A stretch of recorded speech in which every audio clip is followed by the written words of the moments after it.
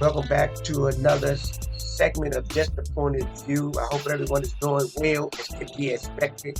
Today, I'll be talking about cultural illnesses and their effects on how we as people interact with one another.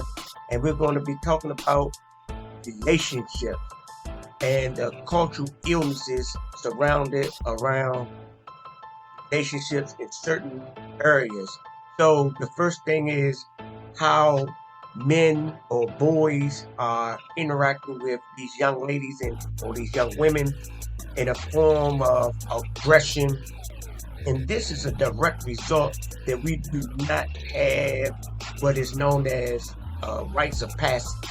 Because we do not have this rites of passage, many young boys that are going into manhood do not know how to treat their women or interact with their young ladies in a elevated aspect. So now they're calling them bruh, dog, different types of slangs throughout the development of our experience. Yet these things are not proper to identify your woman or your significant others by. And that's just the point of view, and what happens is that these ways that we address them and get comfortable with them, they start reflecting those things back to us. And then some men, boys, once they start to get a little bit mature, they start to not have an appetite for women or young ladies or ladies that operate in such a manner where we have actually taught them how to be this way. So now the young ladies are going around. I seen them, some sagging. Yeah, that's right. I'm saying some young ladies are sagging, and all of them are not perpetuating to be masculine. It's just a style type of thing going on. So that is a part of our cultural illnesses, and it runs so deep as though when disrespect comes into play.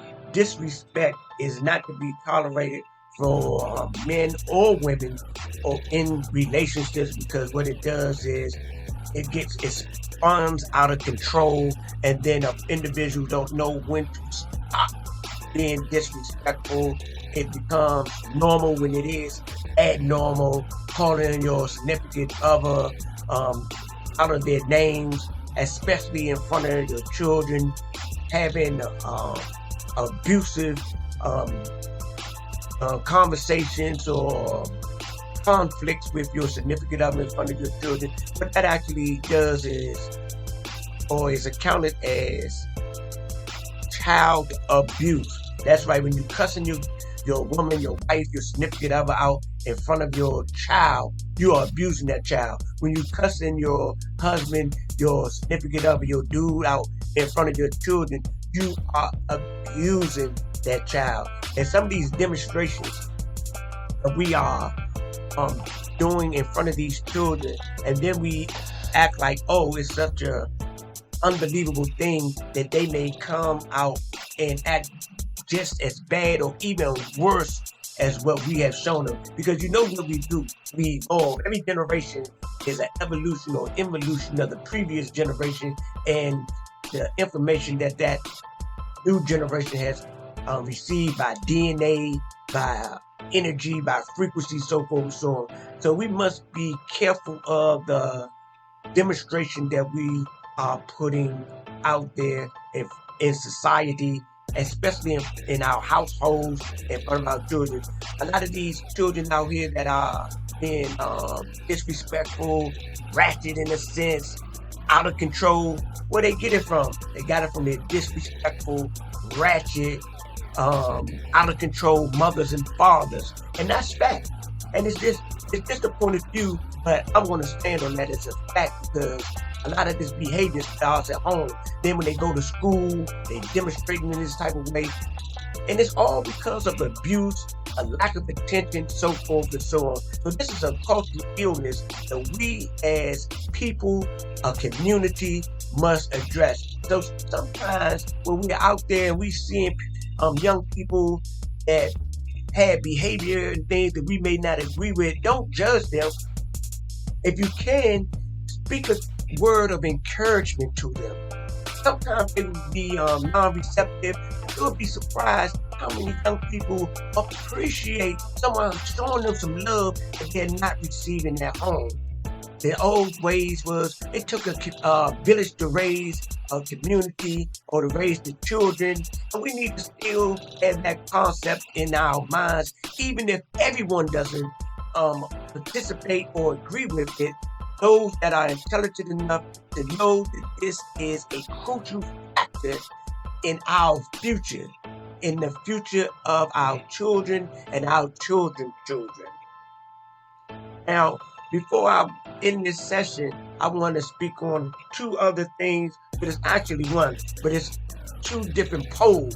One of them is called innocent ignorance versus intellectual ignorance. Now, a person could be ignorant and as innocent as a baby in a sense because of the lack of knowledge.